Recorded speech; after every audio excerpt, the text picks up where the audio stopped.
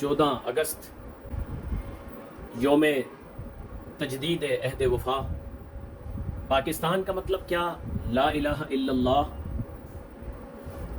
یہ وہ بنیادی نقطہ ہے۔ پاکستان کے ماضی، حال اور مستقبل کی تصویر ہے۔ یہ کلمہ طیبہ اور یہ سبز ہلالی پرچم، یہ اہلیان پاکستان کو یہ روحانیت کا پیغام ہے۔ وہ قربانیاں، وہ لازوال، بے مثال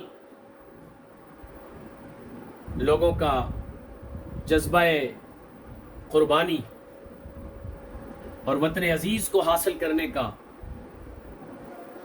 وہ جوش و خروش، وہ اس نقطے کے لیے تھا پاکستان میں روحانی نظام قائم ہوگا، پاکستان میں اسلامی نظام قائم ہوگا، پاکستان کی روح لا الہ الا اللہ ہے، پاکستان کی ترقی کا راز لا الہ الا اللہ ہے، پاکستان کا اقوام عالم میں سر فخر بلند ہونے اور کرنے کا راز لا الہ الا اللہ ہے۔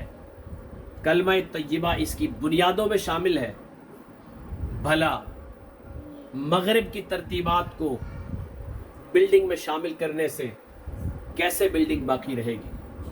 پاکستان کو بچانا ہے، لا الہ الا اللہ کی حکومت، اللہ کی زمین پر اللہ کا نظام قائم کرنے کے نعرے کو پکڑنا ہے، پاکستان کو ترقی پہ لے جانا ہے، تو اسی بنیادی روحانی نقطۂ آغاز کی طرف نظر کرنی ہے جو پاکستان بناتے وقت آج 14 اگست یہ یوم تجدید عہد وفا ہے، اس کلمے کے ساتھ جو کلمہ ہماری بنیادوں میں شامل ہے، جو لہو اس کلمے کے لیے گرا تھا جو ہماری بنیادوں میں شامل ہے، یہ سبز ہلالی پرچم ہمیں چیخ چیخ کر بتا رہا ہے کہ لا الہ الا اللہ سے اور میری ترقی کا جو راز ہے وہ لا الہ الا اللہ کی حکومت میں مضمر ہے۔